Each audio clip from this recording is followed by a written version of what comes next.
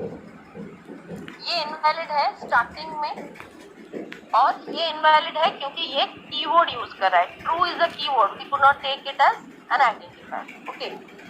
और I think इसका मैंने already I have discussed about this python assignment statements. तो let me just tell you कि तुमको एक पाइथन का प्रोग्राम लिखना है.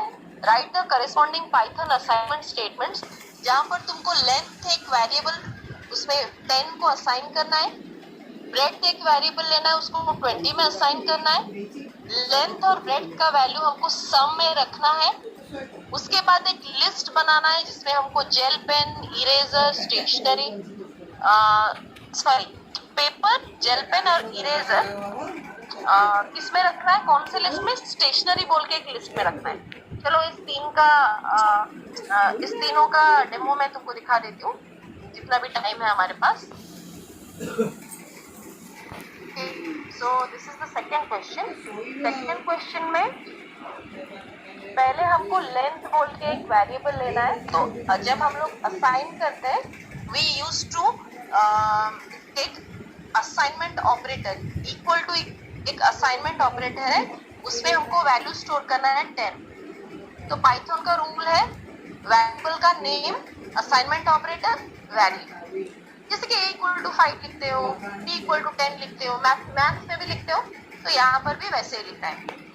प्लस और एक वेरिएबल लेना है, उसमें हमको 20 स्टोर करना है. बस हो गया. This is a.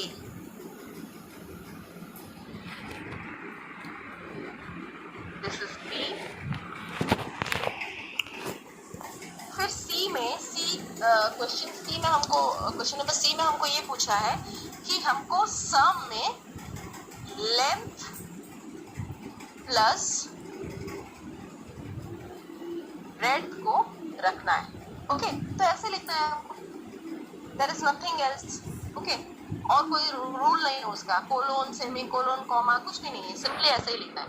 ओके. जैसे कि a equal to exactly in this that. Okay. उसके बाद ये question is we have to create a list.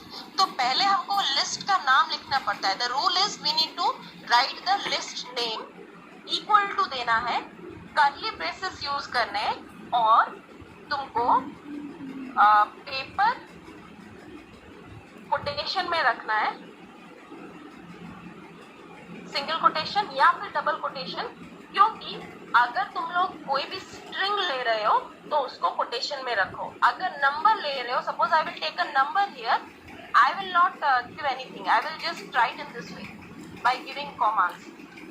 तो नंबर को लिखने के लिए there is no rule, just तुम लोग कर्ली ब्रेसेस में कॉमा दे के लिख सकते हो. लेकिन while we are writing any alphabets और एनी स्ट्रिंग, अगर तुम लोग अल्फाबेट्स को मिला के कोई वर्ड लिख रहे हो या फिर लेटर्स लिख रहे हो, तो उसके लिए तुमको सिंगल कोटेशन या फिर डबल कोटेशन लेने की जरूरत पड़ती है.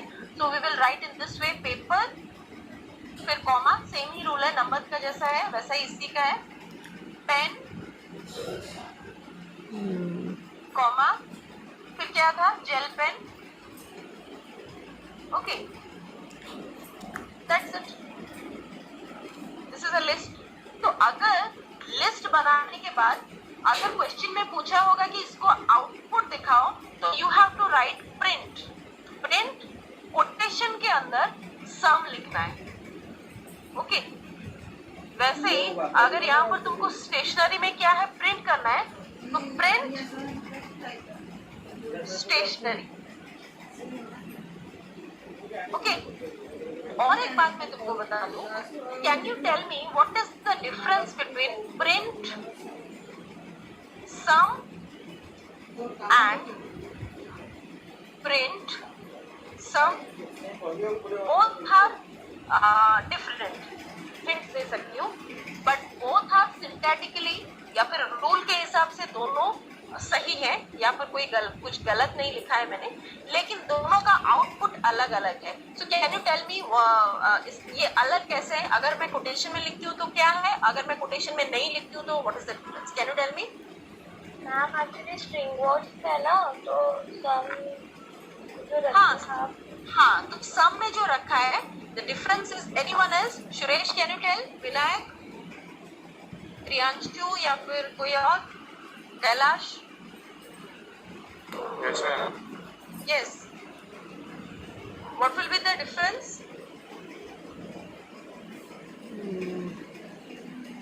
देखो, सुचिस्मिता ने फर्स्ट क्लास में सुन के ये बोला है कि इट इज अ स्ट्रिंग, इसलिए हम कोटेशन में रख रहे हैं। तो एज ए स्ट्रिंग अगर कोटेशन के अंदर प्रिंट में हम लोग कोटेशन के अंदर जो भी रखेंगे it will print the same thing. अगर मैं यहाँ पर वेलकम लिखूंगी तो वो वेलकम प्रिंट करेगा, मैं मेरा नाम लिखूंगी, जो भी विद इन कोटेशन के अंदर तुम प्रिंट में लिखोगे it will display the same. But अगर मैं सम ऐसा लिख रही हूँ तो सम में अगर कोई ऑपरेशन हो रहा है, सम में क्या ऑपरेशन हो रहा है, लेंथ और ब्रेड्थ को ऐड कर रहा है वो, so it will give the result of the sum. Okay please ma'am, तो विद इन कोटेशन में लिखेंगे तो it will not give us the value of 30 here. 10 plus 20 30, हम में 30 स्टोर होगा, तो यहाँ पर ये हमको सम आउटपुट देगा और यहाँ पर ये हमको 30 आउटपुट देगा। Can you differentiate? Take a screenshot of this, keep it with you, because next half yearly के एग्जाम के बाद I will take a viva and I will ask you this type of question. Okay? Yes, ma'am. Okay, so this is the last unit. Next class we'll be discussing more about it. I think within 2 or 3 classes we will be covering all the parts we have discussed. Revision class खत्म हो जाएगा within this week. फिर next week से हम लोग as usual function start करेंगे. Okay? Yes, ma'am. After that, old student do the exercise and new student go through the notes. Thank you all for joining. See you in next class. Thank you all. Thank you, ma'am. Thank you all for joining.